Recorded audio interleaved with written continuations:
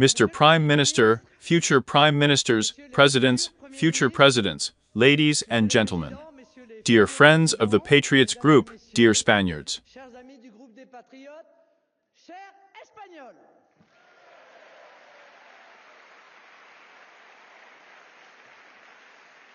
We find ourselves in this wonderful city of Madrid at a time when the world and Europe are experiencing an acceleration of history. The election of Donald Trump cannot be analyzed solely as a simple alternation in a democratic country, or even only as the patriotic surge of a nation that would rightly dismiss the forces of decline. We are facing a real global shift.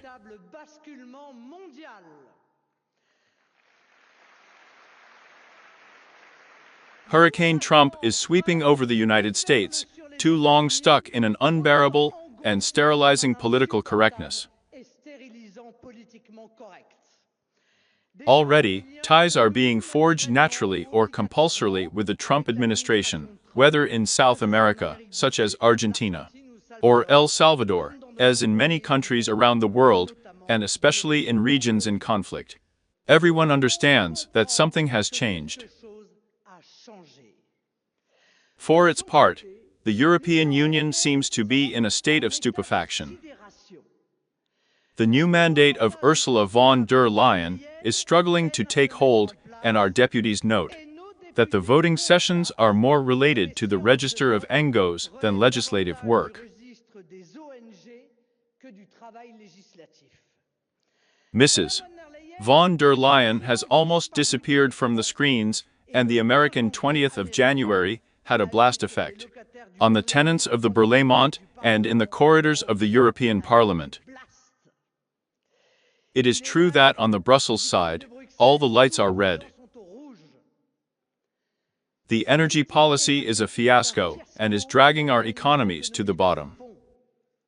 The migration policy is out of control, and the bottomless pit of immigration empties our coffers and fills our prisons. Industrialists are coming to openly revolt against the absurd and suicidal auspices of the Green Deal. Peasant jacqueries are brooding in all our countries. Inconsiderate diplomatic or warlike postures of the European Union, which appear as reals in a vacuum, ridiculous and dangerous for the peace of the world, are fatal for the influence of European nations on the international scene. Even the EP is beginning to doubt the infallibility dogma of its Commission and the big German and French bosses, although usually so conciliatory, no longer hide their exasperation.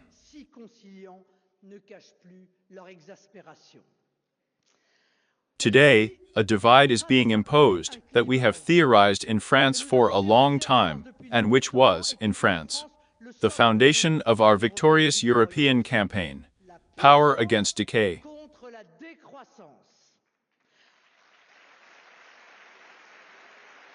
Actually, it's us.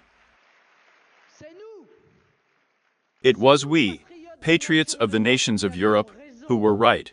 We were right when, as early as 2019, we did not want to comply with the quasi-religious injunction of the Green Deal, imposed by the German Greens on the whole of Europe.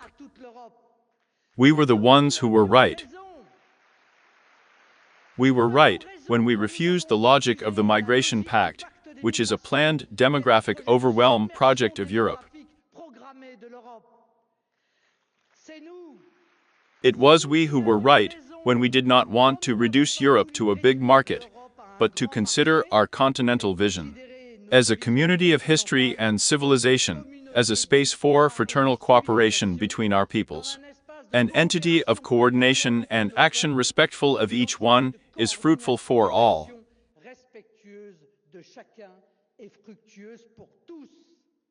It is up to us to be the bearers of this European spirit. The spirit of discoverers and creators, engineers and inventors who have brought so much to the world. When the European Union's dream is only to make a market turbulent, when its value is only a moral tinkering and bad feelings. As a method, as drying standards as a horizon than the lowering of what Europe was.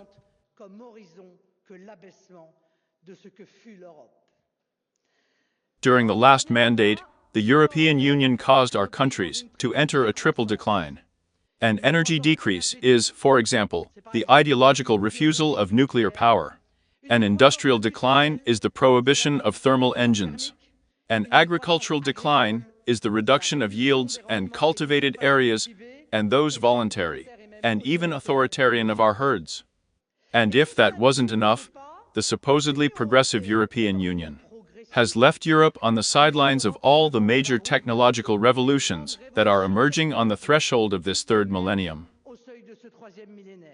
Digital technology, artificial intelligence, robotics, alternative energies such as hydrogen or alternative fuels.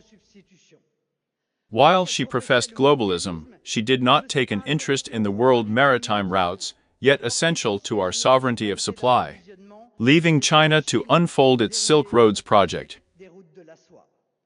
Today, it is pushing for green fuel in the air or maritime sectors and giving up control to other continents. In reality, the European Union does not play politics, it plays morality.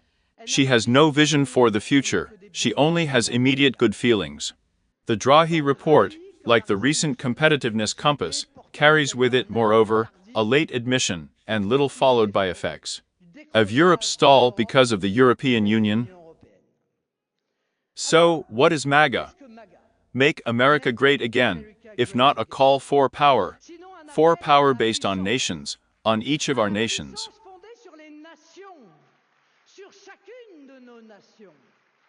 Let's make no mistake about it.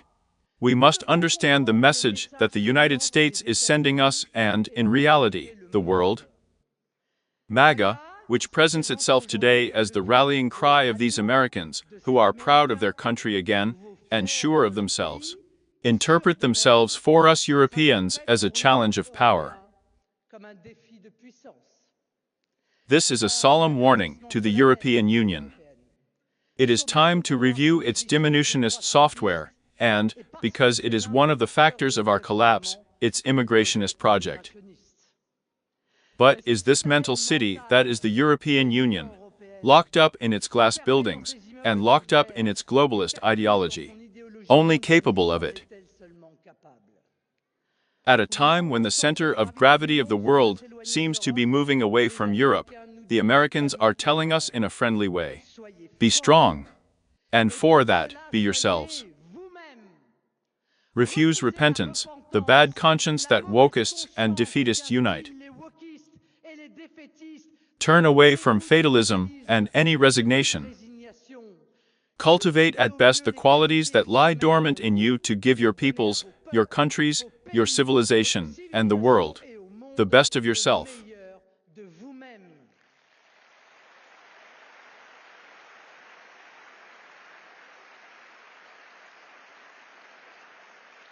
The result of the American elections must sound the alarm clock of the old continent, which has gone into lethargy, and accompany this great regeneration movement that is coming. It should not be interpreted as a call for alignment, but as an invitation to follow this movement of rebirth that is emerging in many parts of the West, starting with European countries that have national governments at their head.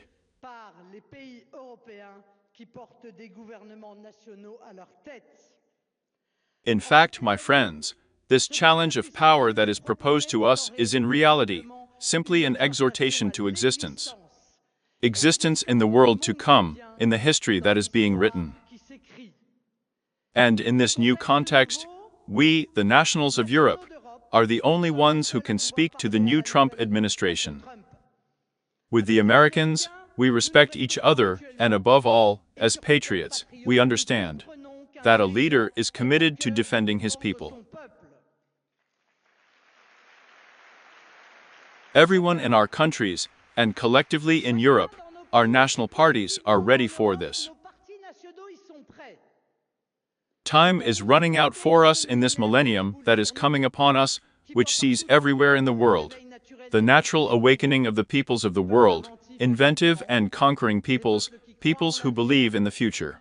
and especially in their future, peoples who know, often for having suffered it, that history does not give a gift to the weak.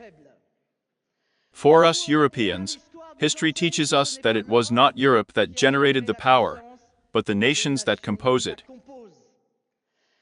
This intellectual, scientific, artistic, technological power that was the hallmark of our continent comes from the genius of each of our peoples and not from a cold and manipulative technocratic structure. Goethe in Germany, Hugo in France, Shakespeare in Great Britain, Leonardo da Vinci in Italy, Cervantes in Spain, Rembrandt in the Netherlands, Mozart as an author, Chopin in Poland. They owe their prodigy only to the cultural and national melting pot that saw them born and that made them what they have been. There is no European people who are not born of geniuses, whose intelligence has not enlightened the world, and served the power and fame of Europe. The influence of Europe is not a historical coincidence, but the logical flowering. Since cultural diversity can be freely expressed there, and I would say naturally. The European Union, on the other hand, is a pump that works in reverse. It punctures the sovereignty of our states to institutionalize impotence. It discourages the creative forces of our peoples to impose on all a stupid and above all infertile standardization. It erodes the spirit of the builders discouraged by the logic of limitation, prohibition, and deconstruction. At the end of the tunnel, we see the light coming, the one that illuminates our public opinions more and more acquired. At the idea of a burst of vitality, that is to say a burst of life.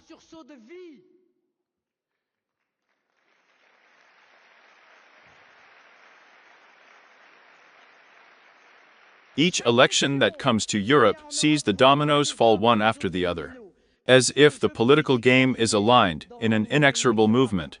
Astronomers who strive to perceive distant realities speak of planet alignment. That is to say, my friends, if our responsibility, each in our countries, and collectively within the group of patriots, is immense. The story no longer unfolds, it runs, it accelerates.